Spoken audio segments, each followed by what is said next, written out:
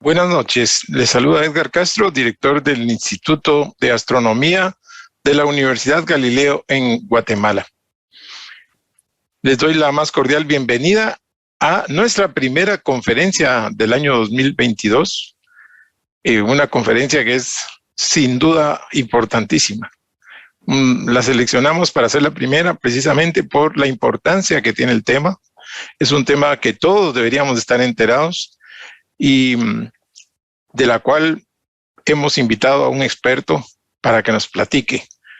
Nuestro experto en esta noche es el licenciado Mario Enríquez, quien tiene un historial de interés en astronomía desde los 3 años. Su historia inicia a los 3 años cuando su abuelo materno le regala el libro tan lindo De la Tierra a la Luna de Julio Verne. Es un librazo donde uno se entusiasma con el espacio, con los viajes espaciales. Y desde entonces él levanta la mirada hacia el cielo. A los 11 años construyó su primera antena de radio aficionado. A los 11 años. Aunque su idea era la de escuchar otros mundos. Poco a poco, la radioastronomía se convirtió en su pasión, de la mano de la evolución estelar y otros temas como agujeros negros que le hacían devorar los libros. Y ahora es autor de un podcast de astronomía que ya en 3 años y medio ha llegado a 45 países. Tiene la iniciativa de estar monitoreando y de estar informándonos sobre el clima espacial desde hace 8 años, en donde él monitorea, informa, estudia, observa y dirige el Observatorio Guatemalteco de Radioastronomía, del cual es fundador. También es coordinador de 2 clubes de lectura, precisamente como les contaba, le encanta la lectura y quiere que más gente lea. Entonces, tiene 2 clubes de lectura sobre astronomía desde hace 6 años. Profesionalmente es licenciado en administración y tenemos el gusto de mencionar que es diplomado en astronomía y astrofísica por la Universidad Galileo. Le doy la bienvenida. Entonces, Mario, te doy la bienvenida. Bienvenido. Esta es tu casa de estudio también. Y eres un gran amigo y un gran colaborador. Así que te dejo la palabra y muy buenas noches. Muy buenas noches, Edgar, y muy buenas noches a todos. Gracias ahí por incluir este tema tan fascinante e importante y que todavía no se le ha dado la difusión que debería de tener. La charla del día de hoy tiene un par de objetivos al público en general, porque necesitamos hacer conciencia sobre la importancia que tiene el sol en nuestras vidas modernas. Y es que darnos cuenta que entre más tecnificada sea nuestra sociedad, más va a tener un impacto el clima espacial y cómo se va desarrollando el sol. A los estudiantes también, de allá del diplomado de la universidad, es de captar su atención y captarlos a ellos mismos para que puedan llegar a estudiar nuestra estrella y la interacción que esta tiene tanto con nuestro planeta como con el medio interplanetario. Estamos hablando de todo el sistema solar. En un futuro, esperemos que un futuro cercano, ya vamos a estar escuchando, así como vemos en el día qué temperatura vamos a tener, si va a llover, si vamos a sacar suéter, paraguas o tenemos que aplicarnos bloqueador solar por las condiciones como las que estamos en el día de hoy. Así también vamos a tener que observar cómo está el clima espacial. Si el sol está en un mínimo, si está en un máximo, si va a tener algún evento. ¿Por qué? Porque nuestra sociedad tecnológica depende de satélites. Imaginemos cuando ya tengamos el turismo espacial ya mucho más desarrollado. Estos turistas tendrán que estar observando cómo va a estar el pronóstico del clima espacial para poder llegar a estar en órbita. O los automóviles autónomos o el Neuralink que está ahora en desarrollo. todos estos dispositivos van a estar en cierto modo afectados al clima espacial. Y lo vamos a ir viendo poco a poco conforme vayamos platicando esta noche. El clima espacial en sí se puede definir como las condiciones del Sol. Vamos a ver qué es el Sol. El viento solar, que es algo que no mucha gente lo maneja, pero que ya lleva bastante tiempo en el medio. Por ejemplo, desde 1610, Johannes Kepler le escribe a Galileo que él se imaginaba navíos con velas adaptadas a las brisas estelares. Imagínense, en 1610 ya estaban platicando sobre brisas estelares y cómo poderse mover entre las estrellas, como lo comprendían en ese entonces, por supuesto. Hablaremos también de la magnetosfera, de la ionosfera, de esta capa de nuestra atmósfera tan importante, cómo puede afectar el rendimiento y la confiabilidad de los sistemas espaciales. Estamos hablando de que cada vez tenemos más constelaciones de satélites encargadas ahora de Internet, de las telecomunicaciones, y esta es nuestra primera línea de llegada a la hora de algún evento del Sol. Y cómo puede afectarnos nuestra vida diaria, la salud y todo nuestro entorno. Vamos a ver por la parte principal del Sol. Estamos hablando de que el 99% de la masa de nuestro sistema solar se concentra ahí. Es el que rige todo nuestro sistema planetario y tiene una importancia crucial para ello. Repasemos un poquito la estructura del Sol. Tenemos lo que es el núcleo en su centro. Aquí hay algo bien peculiar. El sistema de la magnetosfera del Sol no depende del núcleo, así como en la Tierra. La Tierra, el núcleo de hierro y níquel, con su rotación, provoca ese imán gigante que nos protege de tanta radiación. Se cree que la radiación de toda la magnetosfera depende de esta delgada capa que está aquí, que se llama tacoclina. Y ahí es donde se inicia todo el proceso magnético del Sol y que poco a poco va a salir a la fotosfera. La fotosfera podríamos hacer la analogía que es la superficie solar. Y se llama fotosfera porque ahí salen los fotones, la luz visible. Este es otro de los puntos importantes que vamos a estar platicando en la charla. Por otro lado, en la misma fotosfera se dan unas cosas muy particulares, que son las manchas solares. A los amigos que generalmente miran las publicaciones que hacemos, ponemos ahí cuántas manchas solares son las que se están registrando en el día y cuántas zonas activas están representadas ahí. Que esto nos va a ir dando los ciclos y la actividad del Sol. Entre más manchas solares, mayor va a ser la actividad. Otro de los puntos importantes que vamos a ver es la corona solar. La corona, digamos, es la atmósfera. Y en esta atmósfera suceden cosas meras extrañas. Extrañas como se está alejando del Sol, podríamos pensar que se va enfriando, pero no. La fotosfera, la superficie, digamos, del Sol, podría llegar a unos 6,000 grados Kelvin, pero la corona solar podría superar los 2 o 3 millones de grados centígrados. O Kelvin, a estas alturas, a esos grados, ya es indiferente Kelvin o centígrados. Entonces, estos son unos puntos muy importantes del Sol con los que vamos a estar tratando en esta introducción al clima espacial.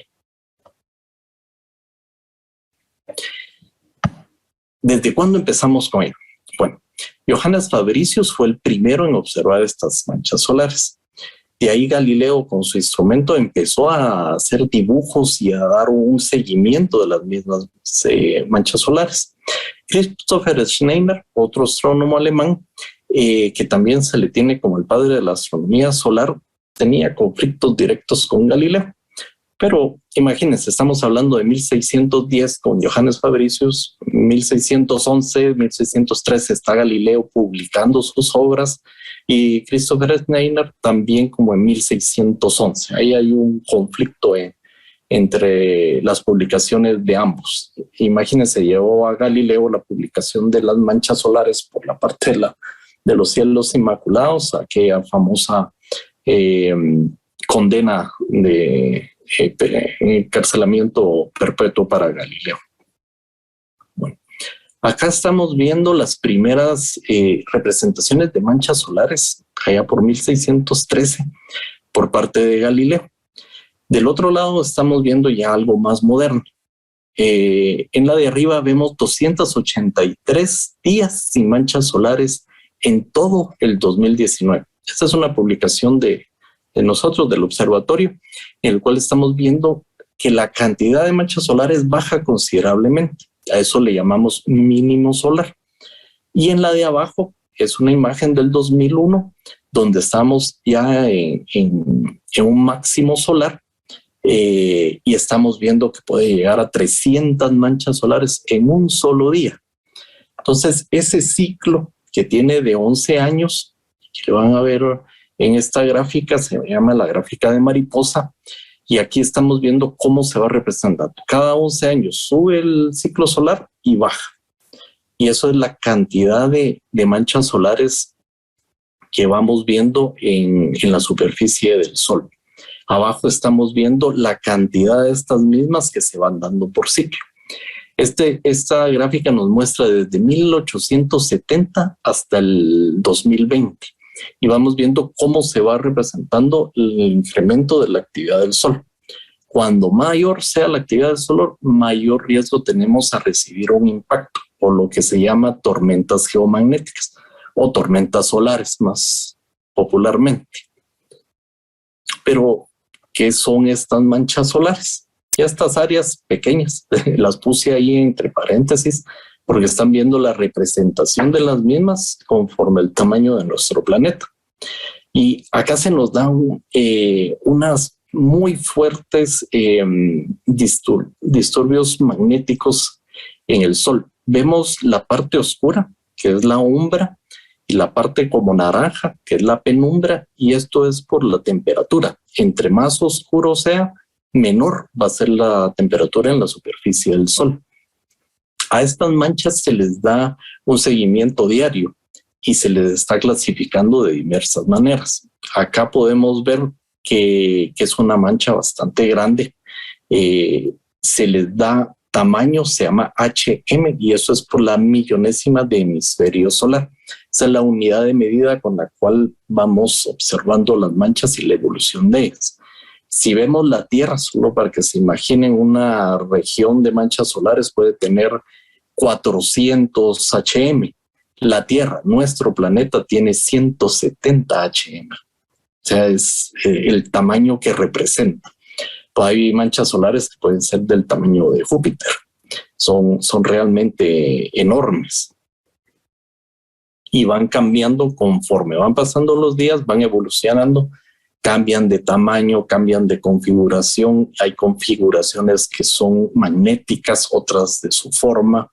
Y esto es lo que nos puede ir diciendo cómo se va a ir comportando y si tenemos que tener cuidado a la hora de un evento. Acá tenemos dos imágenes. Son muchas de las imágenes, ya que nuestra estrella radia en todo el espectro electromagnético. Pero como estamos hablando de una introducción, nos vamos a basar en estas dos fuentes. Una, la que está a la izquierda, es la que nos representa la fotosfera y nos va dando las regiones y las manchas solares. Si se dan cuenta, hay varios numeritos. Estos números son asignados a cada una de las regiones de manchas solares y esto es conforme al tiempo. Si ven, casi todo está en una franja más o menos de 35 grados norte, 35 grados sur, que es lo que representa. Voy a regresar a la imagen de mariposa, que es lo que representa acá. Si ven en la línea superior, esta de acá está representado por los 30 grados norte y abajo por los 30 grados sur. Podemos observar en esta otra diapositiva que es más o menos esta parte. Miren, 30 grados norte, 30 grados sur.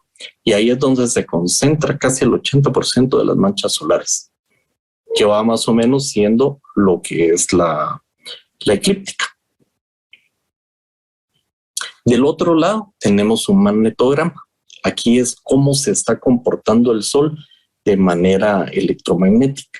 Y si las manchas son polares, unipolares, bipolares, si las líneas del campo magnético se están retorciendo, si se están rompiendo, si hay reconexiones.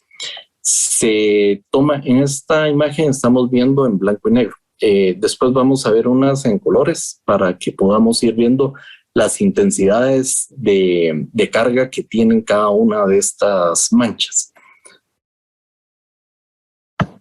Acá podemos ver en la diapositiva que está a la izquierda arriba las diferentes puntos de observación de cada una de estas manchas. Desde la umbra, la penumbra, cómo se está comportando, si tiene filamentos, eso quiere decir la actividad magnética que tiene la mancha solar. De ahí nos pasamos para la imagen del lado derecho arriba. Este es el espectropolarímetro. Aquí ya nos estamos metiendo a un efecto Zimmermann. Podemos estar observando y depende de dónde estemos colocados, la información del Sol va a cambiar. Por ejemplo, para el grupo de radioastronomía, vamos a verlo desde el punto I. El punto I es omnidireccional, nos lo está mandando la información hacia todos lados. Y el V, que es ya circular. Ahí podemos estar hablando de radiación térmica y radiación sincrotón. Lo que observamos el Sol. Para el grupo de radioastronomía, el Sol y las tormentas jovianas, las tormentas que observamos de Júpiter. Podemos también ver el factor Q, que es lo que está a 0 grados, cuando tiene una polaridad horizontal, y el factor U, que cuando lo tenemos lo estamos observando a 45 grados. Esto es bien importante porque al final nos va a dar diferente información de una observación de diferentes puntos, y eso podemos ir generando estos cuadros, estas gráficas que vemos en la parte de abajo, y nos da una comprensión de la evolución de la mancha solar y de la posibilidad de que vaya a generar alguna tormenta o algún evento que pueda llegar a afectar a nuestro planeta. La siguiente imagen, si lo logran observar bien, que está inferior al lado derecho, es una preciosidad, es una composición de toda la información en 3D, y se da un modelo de cómo puede ser la estructura de esa mancha solar. Entonces, cómo viene desde abajo produciéndose el efecto de las líneas del campo magnético del Sol a hundirle la temperatura, bajar esa temperatura y crear ese disturbio que tiene la mancha para poder generar tanta capacidad de explosión. Pero como vemos, hay manchas de un montón de tipos y hay clasificaciones para ello, ¿verdad? Por ejemplo, la clasificación de Zurich nos da desde manchas muy simples. Recordemos que en astronomía nos podemos complicar todo lo que queramos, a manchas totalmente complejas, ¿verdad? Podemos ver una mancha K, podemos ver una mancha C, y cómo estas se pueden ir vinculando unas con otras en las mismas regiones. Se pueden unir, se pueden romper, se pueden llegar incluso a crecer o decrecer, y algunas vamos a ver con ejemplos de algunas regiones donde han bajado la cantidad de manchas solares, pero su actividad ha aumentado. Entonces es bien dinámico toda esta estructura que tiene el Sol. Y lo que queremos ver de estas manchas solares es la capacidad que tiene cada una de ellas de supervivencia en el tiempo. La rotación del Sol es diferencial, como lo saben acá nuestros estudiantes, y va dependiendo, de acuerdo a la latitud, la velocidad de rotación del Sol. Como es una gran bola de plasma, ¿verdad? Entonces va a depender de de la latitud, la velocidad de rotación. Y eso nos va a implicar cómo se van incorporando, cómo se van a ir comportando estas manchas solares en el tiempo. El estilo de vida que tiene la mancha. Esto estamos hablando de cómo se va a ir relacionando dentro de su misma región, qué tan compleja va a ser. Por ejemplo, las A, las B son estructuras bastante simples y que presentan polaridades algo aburridas, digamos, porque no tienen mucha acción. Y cómo se van dando en su transcurso en el disco solar. Hay manchas solares que duran horas, otras que pueden durar días, incluso meses, porque podemos observarla en toda su trayectoria, en toda la rotación del Sol, y pueden volver a emerger de nuevo en el limbo oeste. Y esta es la importancia de poderlas ir observando conforme van ellas evolucionando. Les voy a enseñar aquí una tabla, solo para que la tengan ahí en referencia.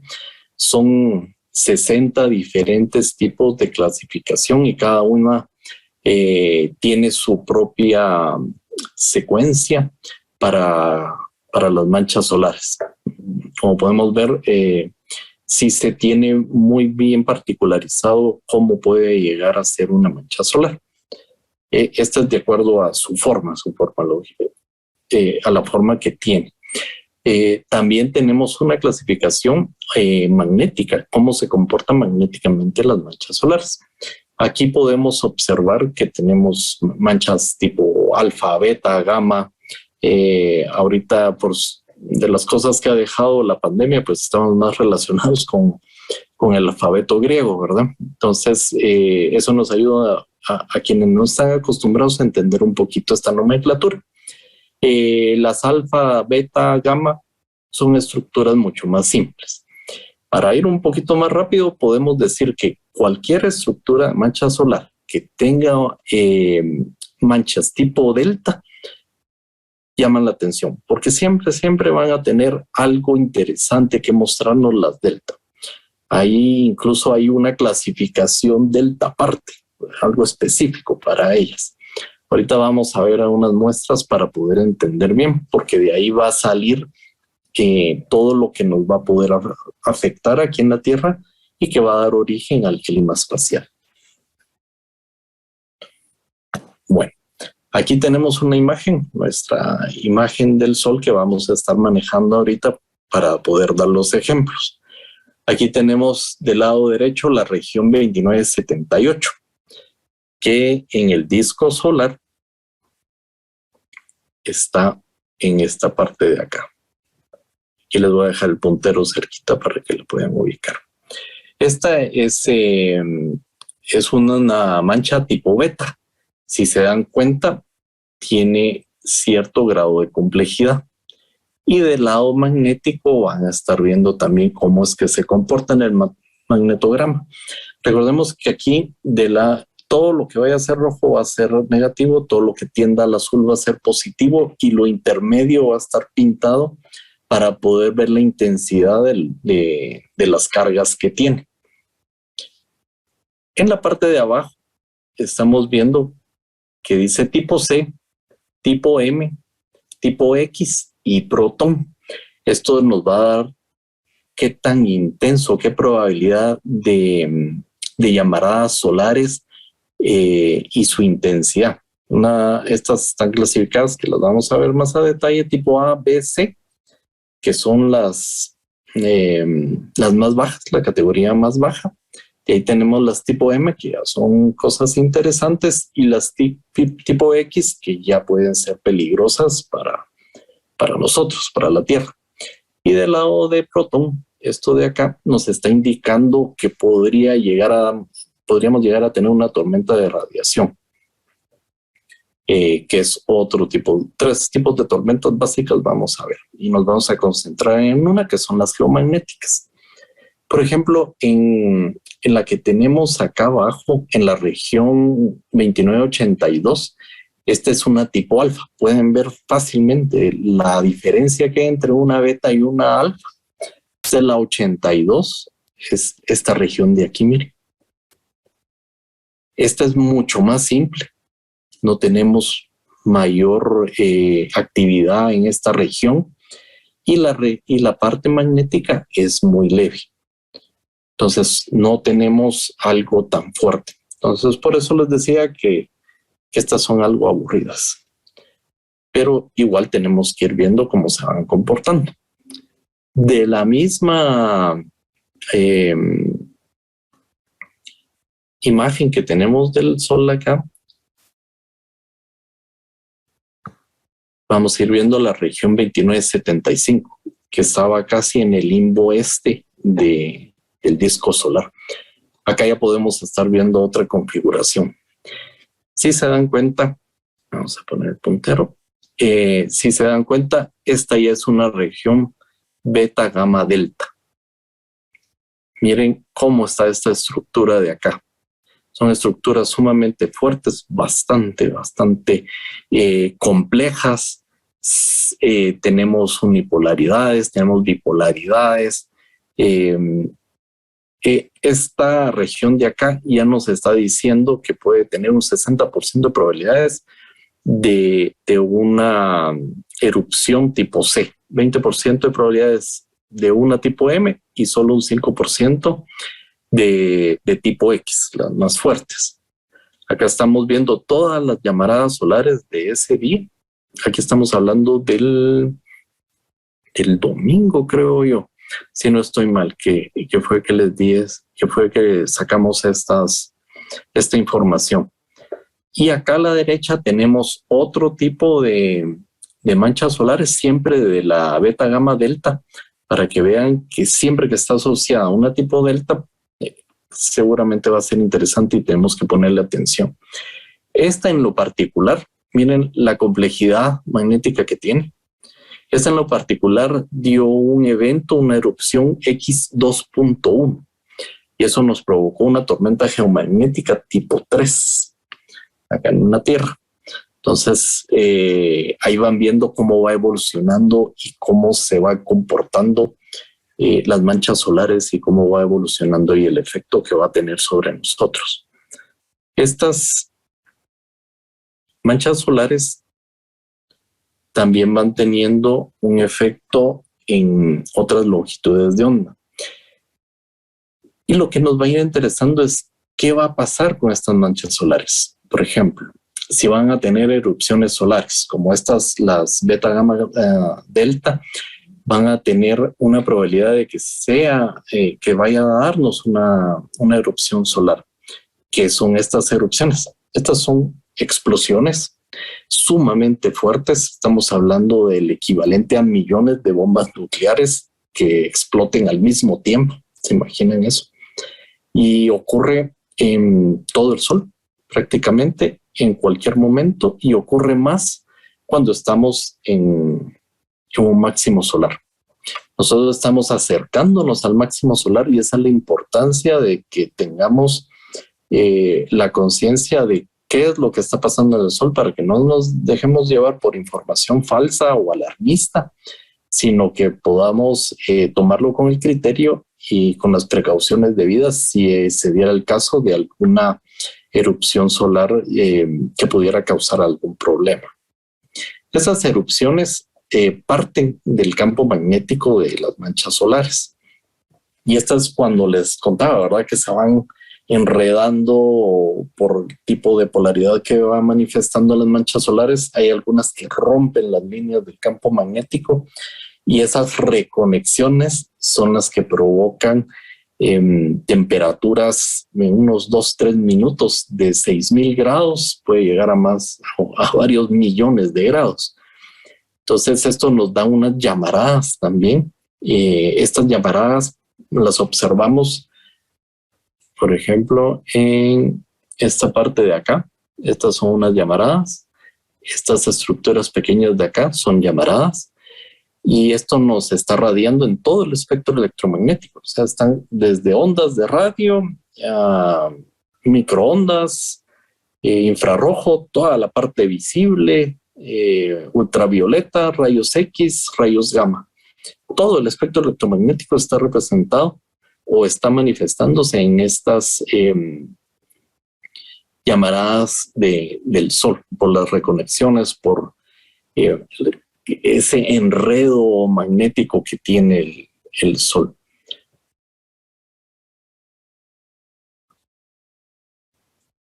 Y cuando ya este tipo de eventos es muy fuerte, por ejemplo, estamos hablando de erupciones tipo ABC, pues podemos observarlas y se va quedando hasta ahí. Pero cuando ya tenemos una erupción mucho más grande, a esto se le llama eyección de masa coronal. Las erupciones clasificadas como tipo M, no digamos las X, ya podemos tener este tipo de eventos. No sé si pueden observar ahí el tamaño de la Tierra en comparación a una eyección de masa coronal. Aquí estos eventos, generalmente asociados, como le digo, con manchas solares tipo delta, pueden tener estos eventos tan violentos. O sea, en nuestro sistema solar no hay nada más violento que una eyección de masa coronal. Con estas erupciones tan enormes. Imagínense, puede llegar a salir a velocidades de más de 500 kilómetros por segundo. Una eyección de masa coronal tipo X10 puede viajar a 2000 kilómetros por segundo. Entonces nos da muy poco tiempo para poder alertar cuando sea un evento de este tipo. Estamos hablando de las eyecciones más rápidas, más potentes, unas 18 horas a unas 48, 72 horas en las más lentas, en las más leves.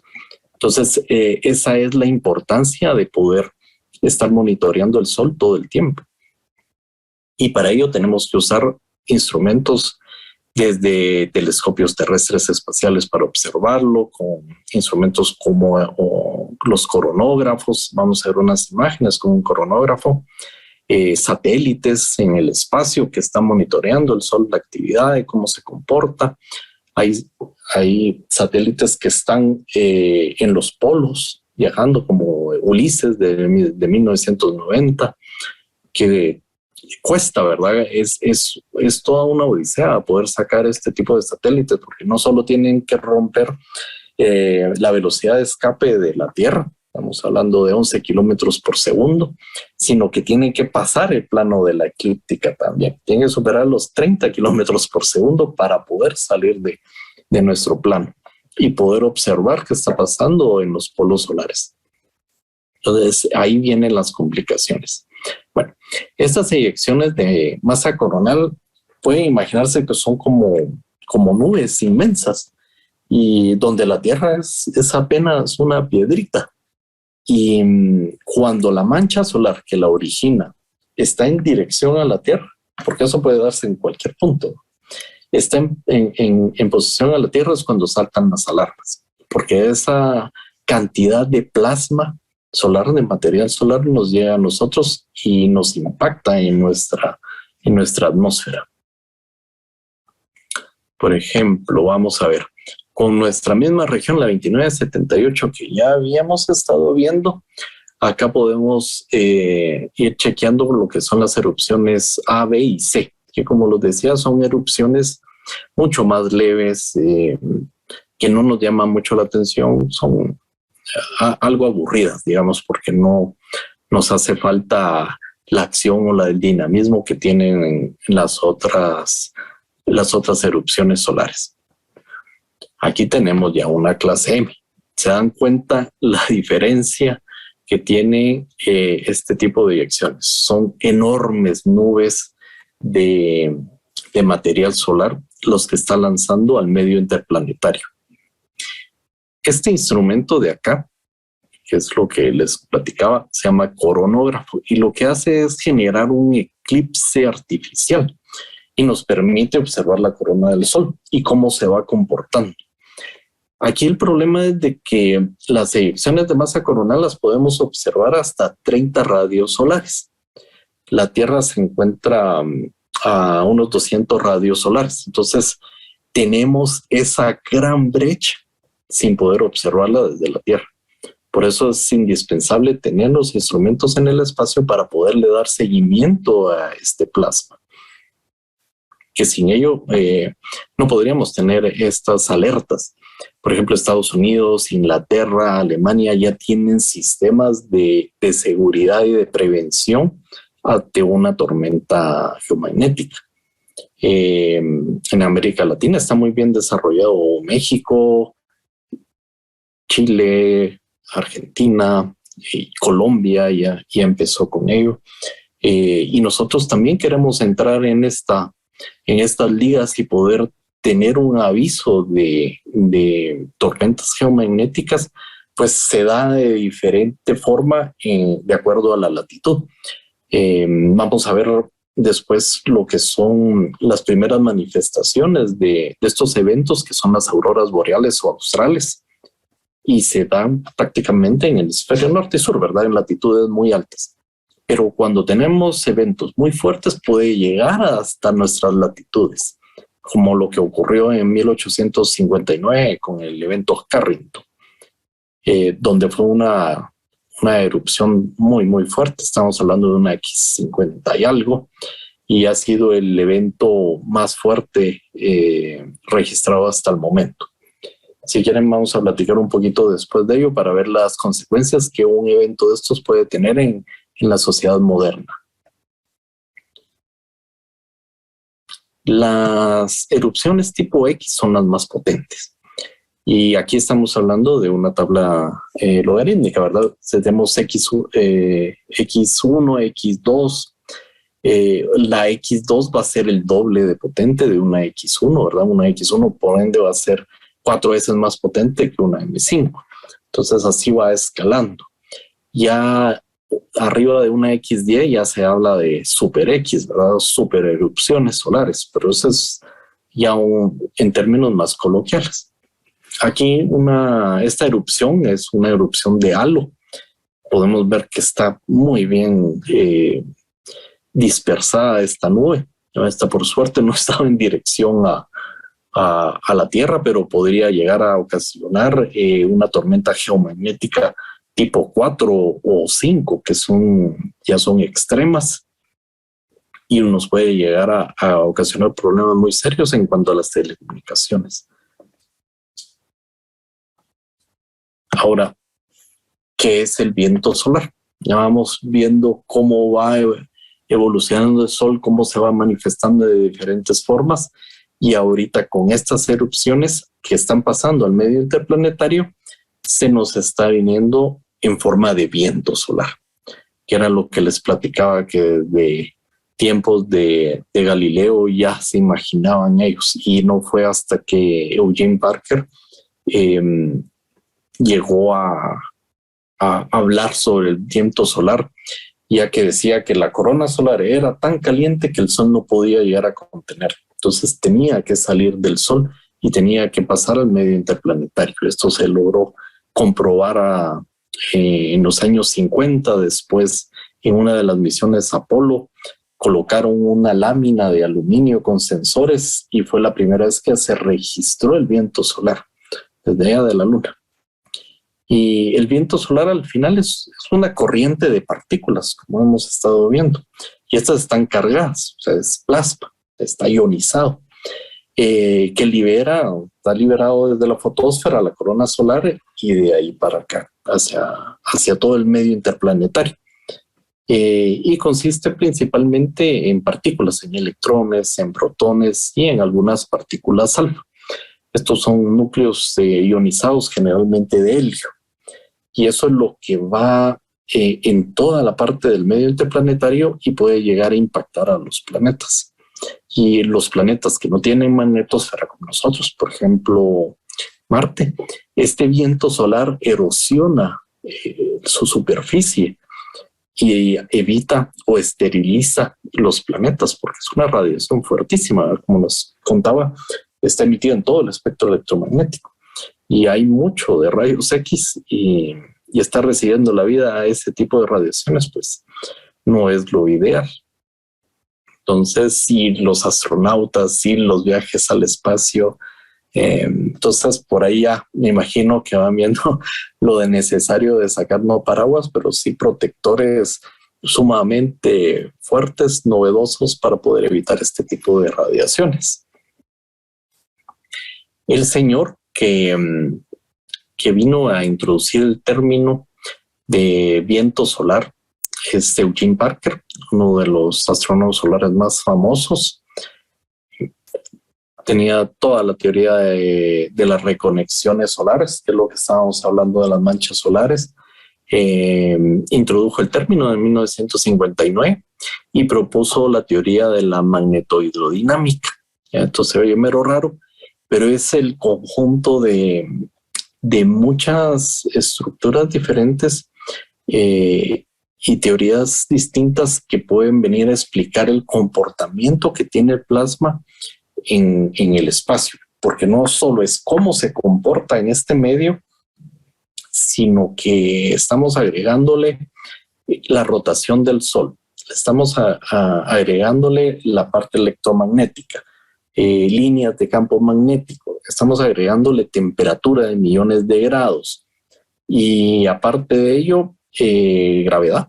La gravedad que tiene el Sol, la gravedad que tiene cada uno de los planetas y cómo esa rotación diferencial del Sol va a ir comportándose. Y esto da origen a lo que se llama la espiral de Parker. Les voy a mostrar la espiral más simple para que sea un poquito más entendida lo que pasa en el espacio. El Sol, al estar rotando de manera diferencial, va generando ese tipo de toroides en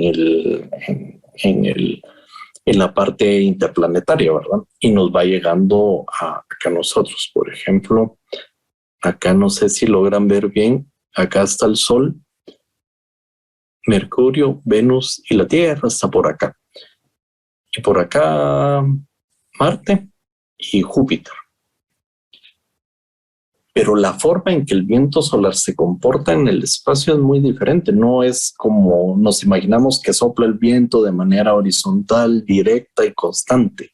Aquí va variando muchísimo, varía de horas. Puede estar de 350 kilómetros por segundo y de un momento a otro nos puede subir a 900 kilómetros por segundo. Y eso va diferenciado en cada una de las etapas y conforme va rotando la Tierra y va rotando el Sol. Cuando tenemos eyecciones de masa coronal o erupciones o estas fulguraciones llamaradas, también va generando lenguas de diferentes velocidades y con diferentes radiaciones al medio interplanetario. Entonces, para que se imaginen la forma de que la espiral de Parker se va manifestando en todo nuestro sistema solar y cómo el Sol nos afecta a todos los planetas. Y esto se va extendiendo mucho más allá de Plutón. La influencia del Sol puede llegar hasta 100 unidades astronómicas. Una unidad astronómica, recordemos que es la distancia media entre la Tierra y el Sol, 150 millones de kilómetros. Bueno, y el Sol puede llegar a manifestarse con su viento solar hasta esas distancias cuando encuentra la oposición del viento estelar de cualquier otra estrella circundante o vecina. Hasta ahí llega la influencia del Sol. Bueno, cuando ya llega a nuestro planeta, ahí es donde ya tenemos lo que definimos o lo que estamos hablando como clima espacial, porque ya nos está afectando directamente. Cuando llega a un punto de choque con nuestra magnetosfera, las partículas empiezan a chocar con ella y empieza a romper, dependiendo de qué tan fuerte sea el viento solar, qué tan fuerte sea esa erupción solar, así va a ir penetrando a las diferentes capas de nuestra magnetosfera. Y ahí puede ir generando diversos efectos, como lo que platicábamos de las auroras boreales o australes. Aquí está la línea de la eclíptica y recordemos que nuestro eje está inclinado, ¿verdad? 23.5 grados. Entonces, por eso es que tenemos una carga, un ingreso de partículas diferenciado y no es recto.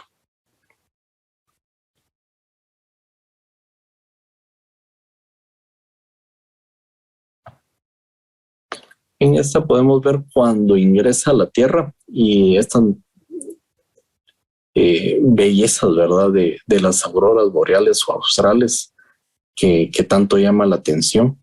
Y esto al final son partículas solares que están entrando en la ionosfera y están reaccionando con las moléculas que tenemos en esta capa de la atmósfera. Acá podemos ver del lado izquierdo cómo se va comportando en la Antártida, en el Polo Sur, y en la derecha en la parte norte, ¿verdad? Que es donde más conocemos, pues es más fácil observarlas y hay mayor cantidad de población para poder registrar las auroras.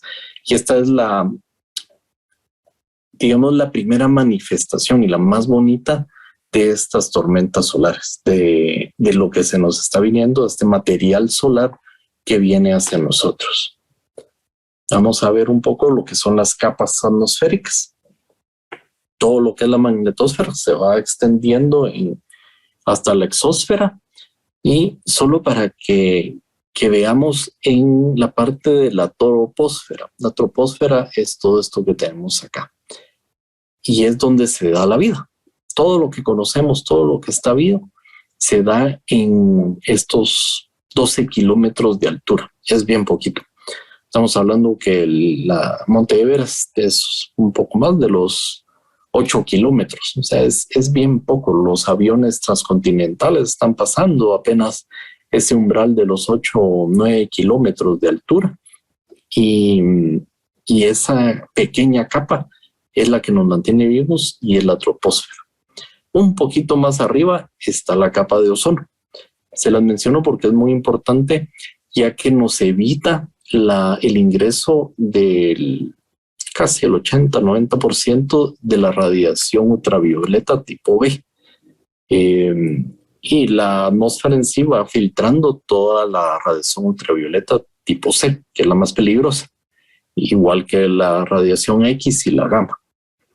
Un poquito más arriba está la mesósfera. La mesósfera también tiene un rol muy importante porque ahí viene a caer todo lo que son los meteoros, esas trazas luminosas tan bonitas que vemos en las noches, que popularmente se les llama estrellas fugaces, se dan con la reacción que tiene y la fricción en esta parte de la atmósfera. Un poquito más arriba tenemos la termósfera, que es esta parte de acá, que es termósfera por la temperatura que se da, o ionosfera, que va siendo por la temperatura se ioniza lo que tenemos en esta parte.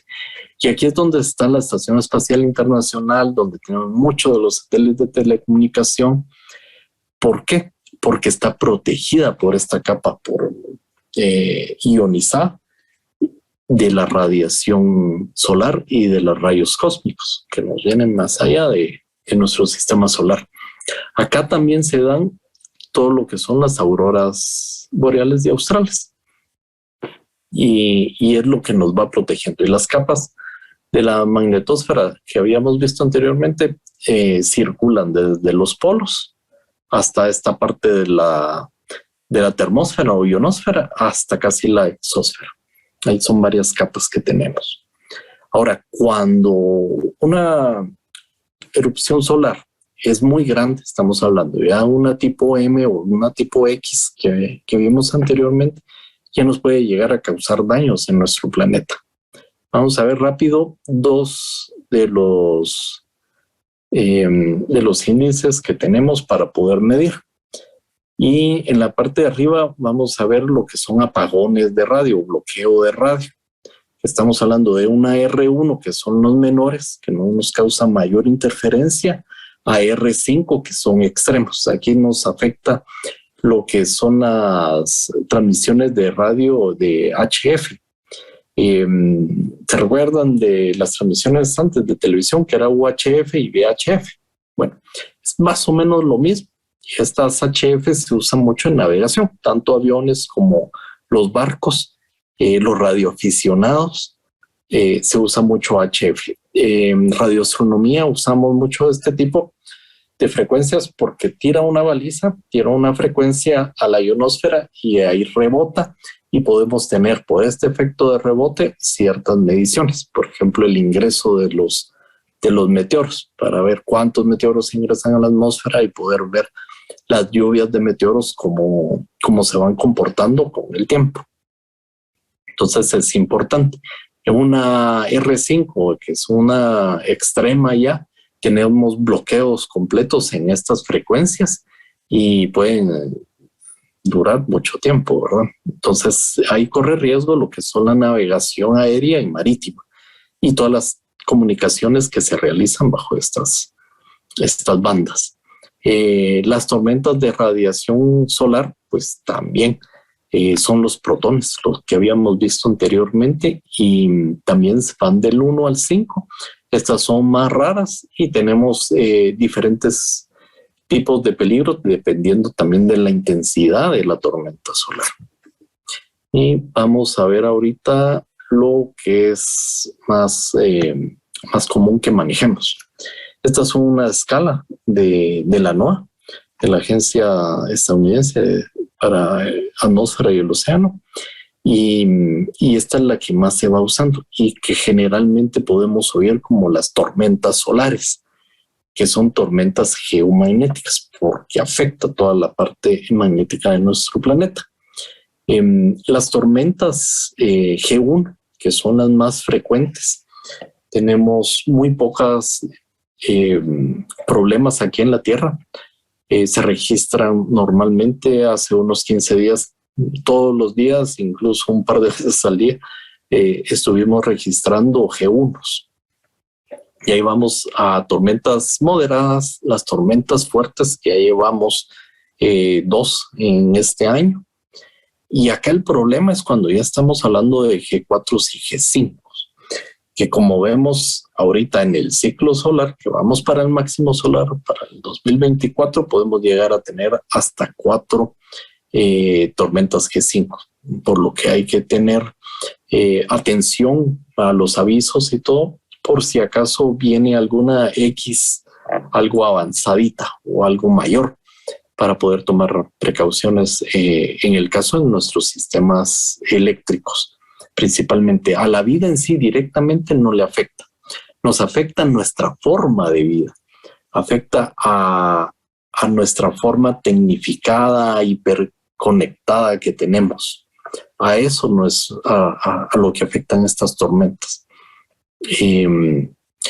Y una tormenta G5 pues sí puede llegar a ocasionarnos problemas severos. Imagínense, mucho de lo que de nuestra actividad, como lo que estamos haciendo hoy, no podría darse en una G5, porque interrumpe todas las comunicaciones, todas las instalaciones eléctricas, todo lo que tenga que ver con electricidad y electrónica queda suspendido. Entonces, esa es la importancia de estar estudiando el sol, de saber cómo va, de estarlo monitoreando y poderlo entender para poder prevenir cualquiera de estos eventos. ¿Qué estamos haciendo acá en Guatemala? Pues desarrollamos unas antenas para poder estar detectando el comportamiento del sol y poderlo estar monitoreando y estar registrando. Como les digo, generalmente en las latitudes altas son donde se va a estar manifestando de una manera más fuerte estas tormentas geomagnéticas, pero no tenemos un registro de cómo se comportan nuestras latitudes. El más cercano que tenemos es en México, que es una belleza, el observatorio. Pero acá en Guatemala y en Centroamérica estamos empezando con este tipo de registros. Y es importante porque necesitamos conocer qué es lo que pasa en nuestras latitudes, cómo es que nos afecta. Y es lo que estamos tratando de hacer en el Observatorio Guatemalteco de Radioastronomía. Estas son unas antenas, son dipolos, son para diferentes frecuencias. Observamos el sol desde 20.1 MHz hasta 140 MHz para ver diferentes longitudes de onda y cómo el sol se va manifestando y afectando nuestra ionosfera principalmente. Aquí tenemos otra de nuestras antenas. A la izquierda es un dipolo doble con altura variable. Y a la derecha es una antena parabólica que estábamos reparando para otro tipo de estudios. Con la radiación que captamos, lo vamos registrando en un software especial. Si se dan cuenta, tiene en el centro este óvalo. Este es el punto de observación. Como no podemos mover las antenas, necesitamos colocarlas y que sea el objeto, en este caso el sol, el que pase. Y es cuando pasa por el óvalo cuando podemos estar haciendo los registros. Por ejemplo, en esta actividad logramos registrar una erupción tipo M. Por supuesto, estábamos felices, ¿verdad? Y fue comprobado y verificado con agencias espaciales. Entonces, fue un éxito las observaciones y así es como vamos calibrando nuestros equipos. Al lado derecho tenemos reportes del clima espacial y de los diferentes eventos. Este es un reporte del 2018 de cómo se iba comportando. Y acá abajo tenemos uno del 2019 y podemos ir viendo la cantidad de manchas solares, las regiones que tenemos, la velocidad del viento solar, la densidad. La densidad se da por protones por centímetro cúbico. Y las días que tenemos sin manchas solares. Entonces, aquí es cuando estamos viendo si vamos saliendo de un mínimo, si vamos en el mínimo o ya está en progreso un máximo solar.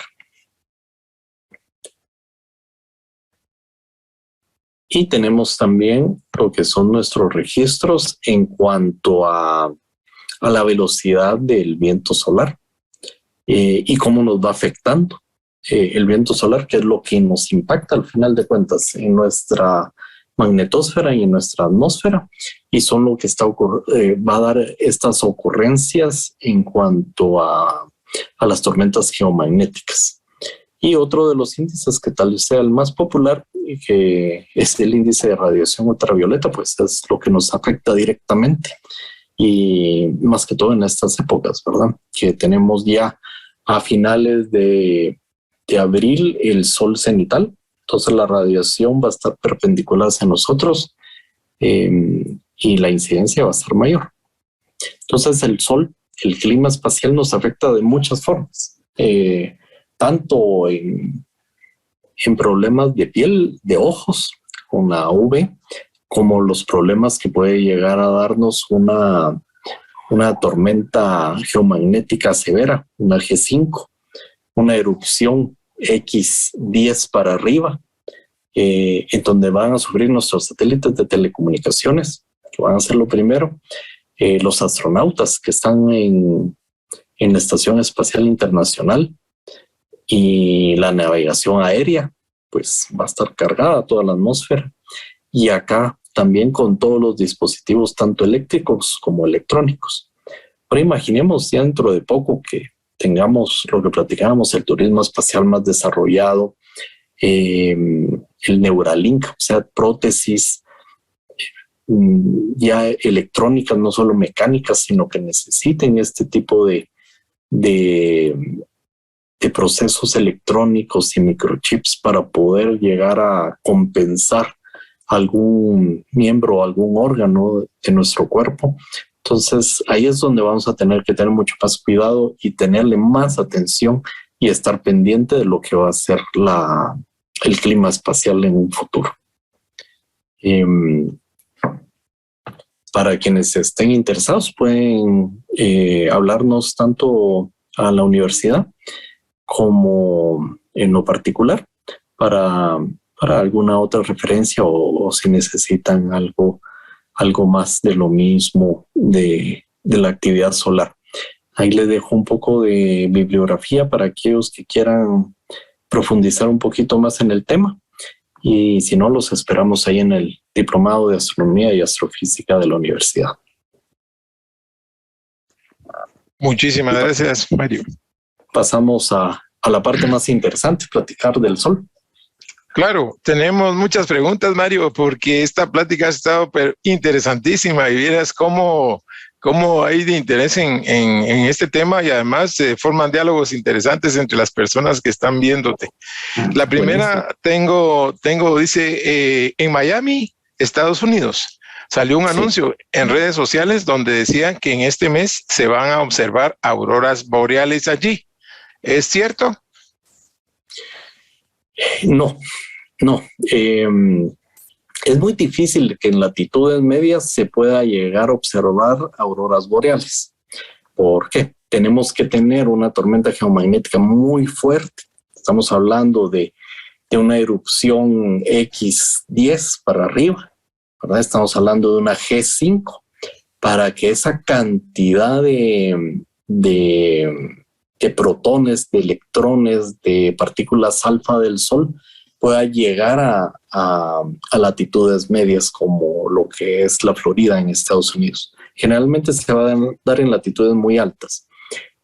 Hace unos años, en el máximo anterior, estamos hablando de 2012, por ahí hubo en Montreal un apagón serio y se logró llegar a ver auroras boreales a esas latitudes, pero es por la intensidad.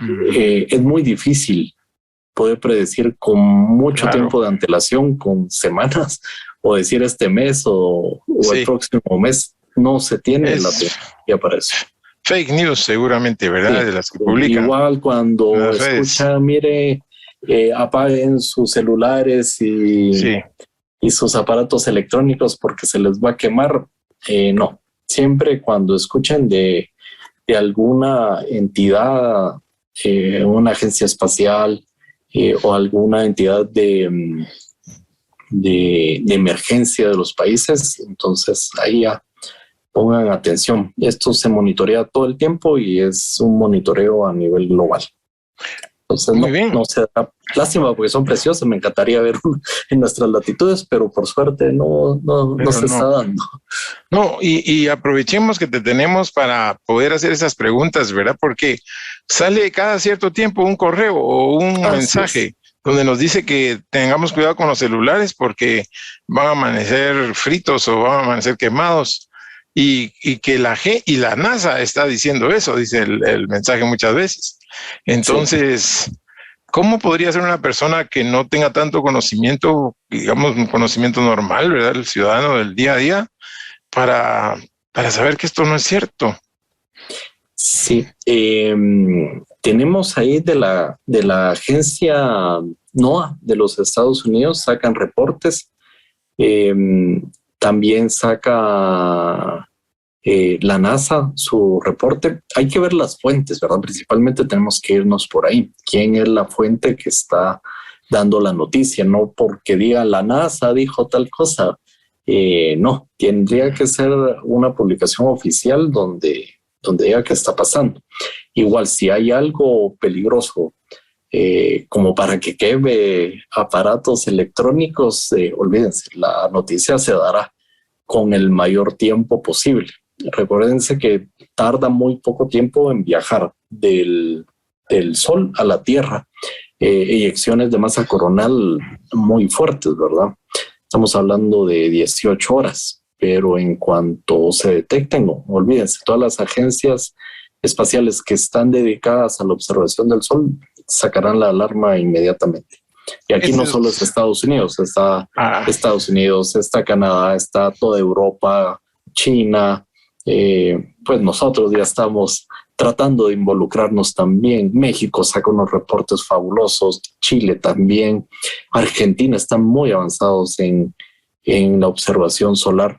España tiene uno de los telescopios más avanzados en ello, en Hawái.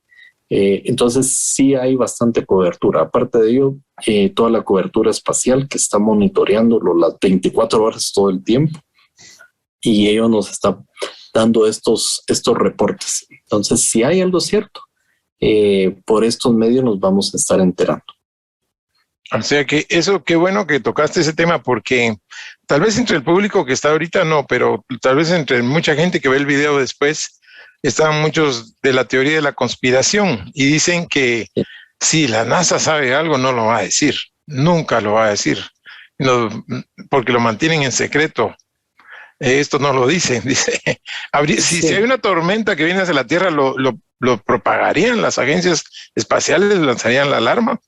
Por supuesto. Recordemos que la ciencia es cooperativa y esta cooperación va también parte de la verificación de los eventos. Entonces, si una de las agencias mira algo, va a refrendar la verdad y va a tratar de buscar la observación de otras agencias. ¿Por qué? Porque va complementando esa información. Y eso es lo bonito de lo que hacemos, ¿verdad? Que es muy poco el egoísmo personal, sino que se comparte mucho la información y se trata de ver de diferentes ángulos para poder tener algo más general de los diferentes eventos o descubrimientos que se hacen. Sí, a nadie le convendría mantener en secreto una información así. Claro. Ok, sigamos con las preguntas. Tengo una más difícil. Se dice, ¿cuál se supone que es el origen físico de las manchas solares? Ok. Habíamos platicado que el origen de las manchas solares son depresiones de su campo magnético. Esto hace que baje la temperatura de esa parte puntual de la fotosfera, de la superficie del Sol, y ahí es donde estamos viendo una coloración oscura. Entonces, de los 6,000 grados Kelvin puede llegar a bajar en la umbra a unos 4,000 grados Kelvin, que es la parte más oscura. De ahí va una parte naranja, que es la penumbra, y se va integrando ya o emparejando, digamos, la temperatura de la fotosfera. Pero al final es esto, son eventos del campo magnético del Sol. Oh, muy bien. El campo magnético del Sol. Sí. Dice otra pregunta, ¿qué podemos hacer los ciudadanos de a pie para protegernos de una CMO que se dirija hacia la Tierra? Ok, estar pendientes nos vamos a meter en algún lado, nos ponemos bajo cubierta o cómo, ¿qué hacemos? Algo importante, o sea, para la vida en sí no va a tener ninguna repercusión. Por ejemplo, evento Carrington, algo que tenemos bien documentado. O sea, nos dimos cuenta de que teníamos una tormenta geomagnética severa. ¿Por qué? Porque la tecnología incipiente del momento ya eran los telégrafos. Entonces, los países que tenían ya líneas telegráficas lograron observar cómo prendían fuego espontáneos. Todo el alambrado, el posteado donde estaba el cableado del telégrafo. Los países que no teníamos todavía esa tecnología, lo que logramos observar fueron las auroras boreales.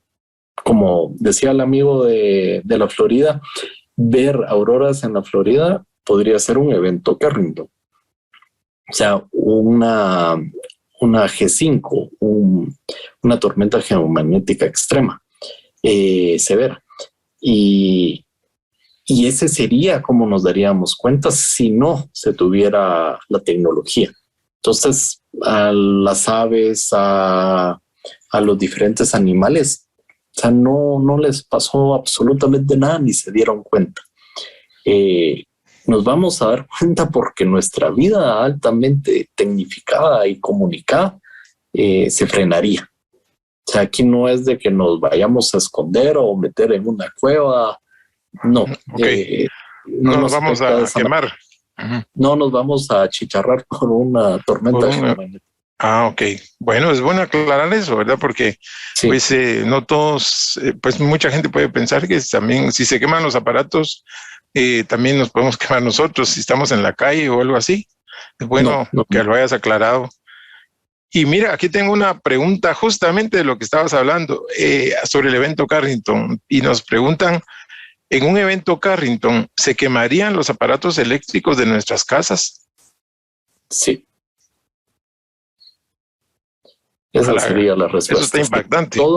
Todo lo que tengamos eléctrico, electrónico, sufriría una sobrecarga. Estamos hablando de que cantidades de electrones y protones a nuestra atmósfera y se sobrecargaría todo.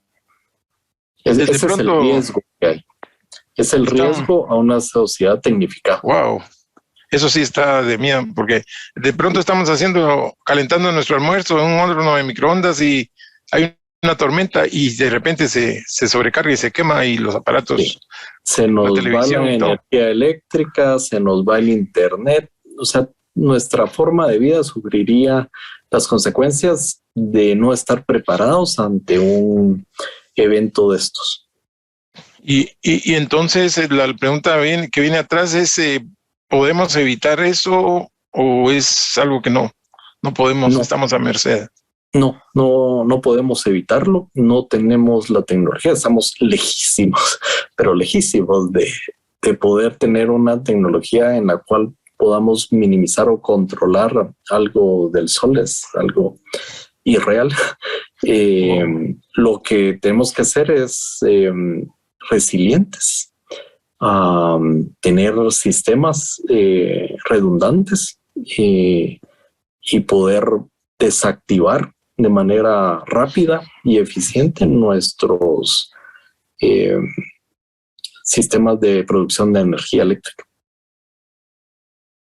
Eso es lo que nos queda, tener sistemas de alerta temprana y que estos equipos de producción de energía y toda la parte tecnológica, pues podamos desactivarlo de manera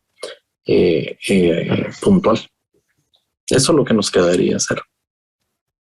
Es tremendo el sol, ¿verdad? La energía que tiene la estrella es tremenda. El 99% de la vida depende directamente del sol y el 1% restante es de manera indirecta. Y es lo que nos domina totalmente en nuestro sistema solar. Ya nos dejaste pensando, creo yo, esta noche. Y fíjense que va más allá, porque entendiendo el sol, podemos entender también la zona habitable, ¿verdad? De un sistema planetario. Y podemos traspolarlo a otras estrellas y ver cómo se comportan esas estrellas y si la zona habitable se corre o es más amplia o tiene más problemas porque es una estrella más activa que la nuestra. Ver estrellas como el Sol, ¿verdad? La secuencia principal, que tenga más edad del Sol para poder prevenir el comportamiento del Sol, generar modelos de qué es lo que nos tocará en un futuro para poder estar preparados, ubicar las probabilidades de zonas habitables en otras estrellas. Esto nos da, el estudio de nuestra estrella nos da para mucho. Claro, la zona habitable, increíble. Tengo otra pregunta, pero ya más tranquila, de una astrofotógrafa que dice, ¿qué tipo de filtro es el más recomendado para fotografiar u observar el sol? Ok, para observar el sol siempre, por favor, tenemos que usar filtros y de la mejor calidad. Es una observación, si no se tiene el equipo y el conocimiento, no hacerla, porque nos vamos a dañar nuestros ojos y podemos llegar a tener consecuencias permanentes o incluso ceguera por hacer estas observaciones. Si queremos fotografiar el sol o observarlo, usemos de los mejores filtros que hay. Estamos hablando de que estos bloquean el 99.98% de la radiación solar. Hay muchos tipos, por favor, busquemos el mejor para ello. Hay diferentes tipos también, hay polarizados, hay unos opacos y más tecnificados que son, por ejemplo, los H-alfa, que ya son para poder observar cosas muy particulares y puntuales del sol. Si queremos ver estas llamaradas solares vieron que ahí la imagen la teníamos en verde, entonces ahí vamos viendo la longitud de onda que más nos ayuda a visualizar el evento que queramos observar. Entonces, para fotografía solar es el mejor filtro posible. Y nunca hacerlo. Siempre vidrio de soldadura. Filtro, no sirve. Vidrio de soldadura, nos preguntan a veces. Por favor, en el objetivo, en el lente, entre el sol y el lente, el filtro. Nunca usar filtros atrás, nunca observar directamente el sol, menos observarlo con binoculares o telescopio, porque estamos amplificando la radiación del sol y ahí vamos a tener quemaduras o provocar cegueras. Entonces, sin mucho cuidado con ello, por favor. Ok. Otra pregunta, ¿cuál será la mejor época para ver auroras boreales en Islandia? ¿En el 2023 o 2024? Nos preguntan acá. ¿Y en qué mes? Ok, mire, en el 2024 esperamos que estemos ya en el máximo solar. Por eso pregunto.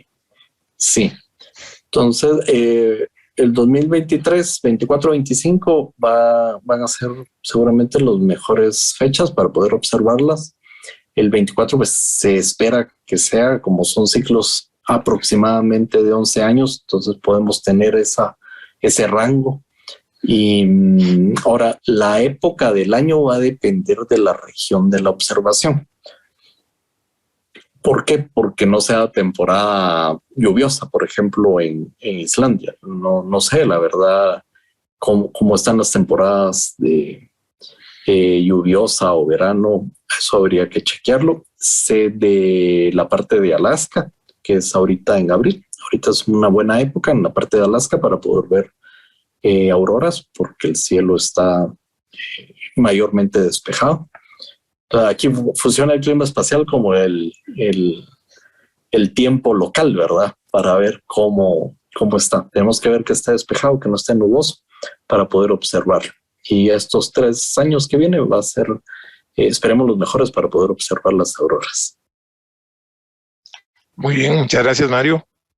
Y bueno, tenemos un poco más de preguntas. ¿Cuánto llegan a medir las protuberancias solares? Pueden llegar hasta 30 radios solares. Esas son esas grandes montañas que se hacen, ¿verdad? Esas nubes. Y ahí cuando rompen, cuando salen de la corona solar y ya pasan a lo que es el medio interplanetario. 30 radios solares. Es bastante. Es enorme. Sí. Y son nubes que la Tierra queda como una pequeña piedra, ¿verdad? Son eventos muy grandes. Da algo de miedito eso, ¿verdad? El sol, pero es lo normal de una estrella. Normal. Sí, está haciendo su trabajo. Ahí tenemos una estrella activa y tenemos que aprender cada día más de ella para poder mitigar cuando se enoje, digamos, o nos emita alguna de estos eventos que pueda afectarnos a nuestra sociedad. Es qué buenas estas charlas, ¿verdad? Como la que nos estás dando hoy en la noche, porque entonces podemos entender que, digamos, el Sol es una estrella que se comporta así, tira las fulguraciones, los fogonazos, las protuberancias, mejor dicho. Pero ese es su trabajo, eso es lo que hace la estrella, por eso es que es estrella, por eso es lo que hace. No es que esté sobrecargado o esté actuando sin control, sino que eso es lo que hace una estrella como el Sol. Y eso es lo que tenemos que entender para poder saber cuándo realmente hay una cosa extraordinaria. Qué interesante. Y hemos leído que el polo magnético se está moviendo hacia Rusia. Entonces la pregunta acá que nos hacen es si también las auroras boreales se van a mover para allá. Sí, el polo magnético siempre se está moviendo, ¿verdad? Y siempre hay un corrimiento. Recordemos que nuestro núcleo pues no es fijo, va rotando y y esas líneas de campo magnético también van cambiando de posición. Y la respuesta es sí. La visualización de las auroras va a ser conforme estas partículas van interaccionando en nuestra atmósfera. Conforme se mueva nuestro polo magnético, así las auroras también se van a ir moviendo. Entonces, ¿qué tanto se corran o no? Habría que ver, y va a depender más que todo también de la intensidad del viento solar. Entre más intenso, la parte oval. ¿Se recuerdan cuando vimos el hemisferio norte de planta y el hemisferio sur? Esa parte oval se llama, que es el comportamiento de dónde se va a encontrar la mayor cantidad de partículas. Sí se va a correr. Yo creo que va a depender más de la intensidad de estas partículas del viento solar para que podamos verlas. Has generado muchas preguntas, Mario. Aquí bueno. están preguntando un montón de cosas. Claudia Forno nos pregunta, ¿qué probabilidad hay de que se dé nuevamente un evento terrible como el de evento Carrington? Sí, Claudia, es cuestión de...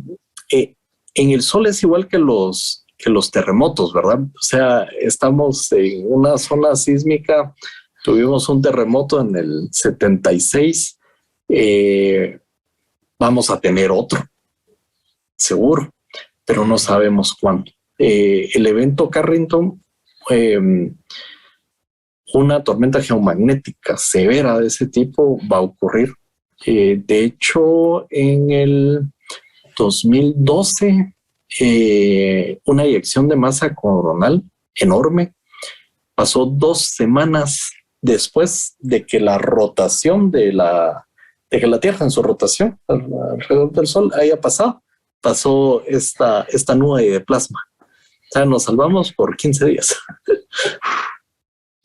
Entonces, el Sol está en actividad. Es cuestión de que no estemos en la dirección de este evento. Pero de qué va a pasar, pasa. ¿Cuándo? No se sabe. Entonces, mejor estamos preparados y seguimos estudiando nuestra estrella. ¿Existe alguna manera de proteger los dispositivos electrónicos para evitar daños que se pudieran dar en un evento muy fuerte? Sí, por ejemplo, en equipos pequeños es apagarlos, retirarles la batería.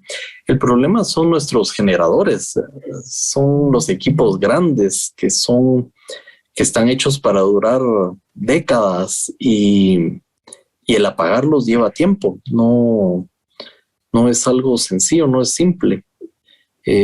Ahí es donde estos generadores es donde está lo complicado. Ahí es donde tenemos que aprender como humanidad a ser más eficientes en este tipo de seguridad. Nos preguntan también, ya para ir finalizando, porque no queremos abusar de tu tiempo, nos pregunta Javier Cuellar, ¿dónde se encuentra el Observatorio Astronómico y cuántos hay en Guatemala?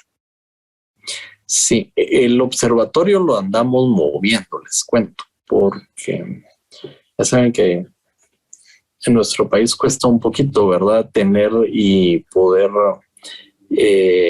generar lugares fijos. Lo andamos moviendo. Tenemos observaciones desde zona 1, principalmente la parte de radiación ultravioleta. En zona 13 nos prestaban, donde una de las imágenes, una de las localidades de observación era en zona 13, y otras observaciones, las más grandes que estamos hablando de paso de centro galáctico, están en el Progreso. Se han hecho desde el Progreso. Ok. Creo que se perdió el sonido, ¿no? Sí. ¿Me escuchas? Sí, ya te escuché. Una última pregunta. ¿Es posible conocer algo del núcleo del Sol gracias a los neutrinos que vienen desde ahí. Seguramente, no sé del tema de los neutrinos. Sí están observándolos. Hay diferentes observatorios para ello, pero no sé. No, el tema ya de astrofísica de altas energías es otra historia. Tenemos muchas felicitaciones para tu charla, Mario. Dicen Muchas excelente gracias. charla, excelente conferencia. Muchas gracias. Muchísimas gracias por tan excelente charla. Felicidades, Mario. Se nota el conocimiento que tienes y así muchas otras felicidades. Y nosotros también nos unimos a felicitarte por estar trabajando este tema que es un tema muy importante y que nos hayas dado tiempo para poderlo divulgar a este nivel. Te lo agradecemos, es importantísimo. Con todo gusto, Edgar, ya sabes que me encanta el tema y por mí nos quedamos platicando el tiempo que quieran. Es un tema que no se acaba. Tenemos muchísimo para hablar. Acá pues dimos unas pinceladas, ¿verdad? Una introducción.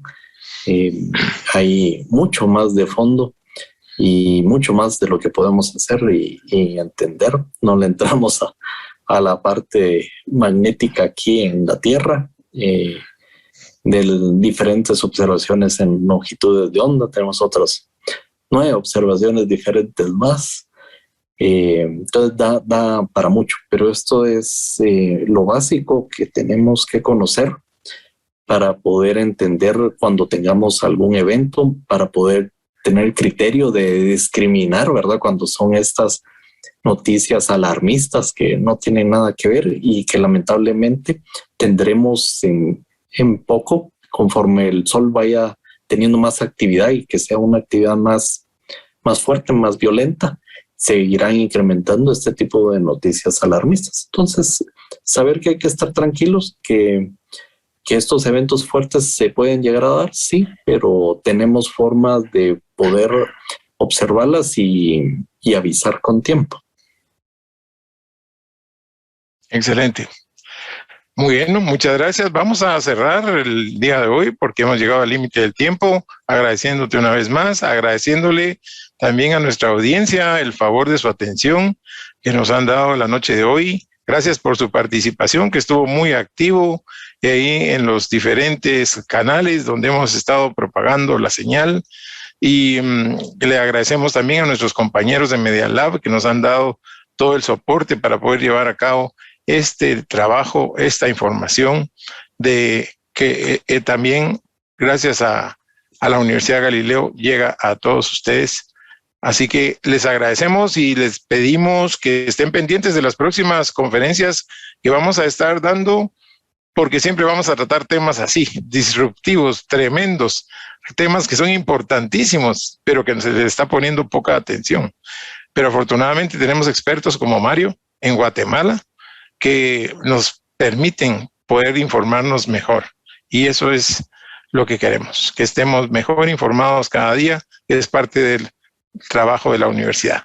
Muchas gracias y que pasen buena noche. Se cuidan bastante. Feliz noche.